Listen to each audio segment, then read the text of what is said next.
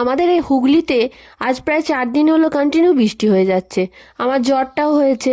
তো আজকে স্নান করেছিলাম, চুল শোকায়নি, তার উপরে শীত করছে বলে চাদর দিতে হয়েছে গায়ে। সে যে কি যাচ্ছে তাই অবস্থা, কি বলবো। আর এখন যেহেতু সেল চলছে, ছোট ভাই সেই জন্য দুটো বুট জুতো পছন্দ করেছে।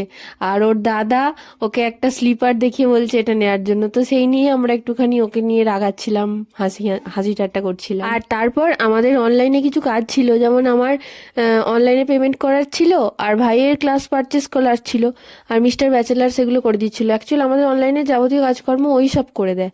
আর এরপর আজকে আবার আমার একটু ঝাল ঝাল খেতে ইচ্ছা করছিল, সেই জন্য ভাই বাজার থেকে চিকেন নিয়ে এসে চিকেন বানিয়ে দিয়েছিল। কারণ আজকে তো মা কাকিমা কেউ করবে না, বৃহস্পতিবার, ওই সবটা নিয়ে এসে একদম সুন্দর করে রেঁধে টেঁধে দিয়েছিল। খুব টেস্টি হয়েছিল। আজকের ভিডিওটা এখানেই শেষ করলাম। তোমরা প্রত্যেকে ভালো থেকো, সুস্থ থেকো।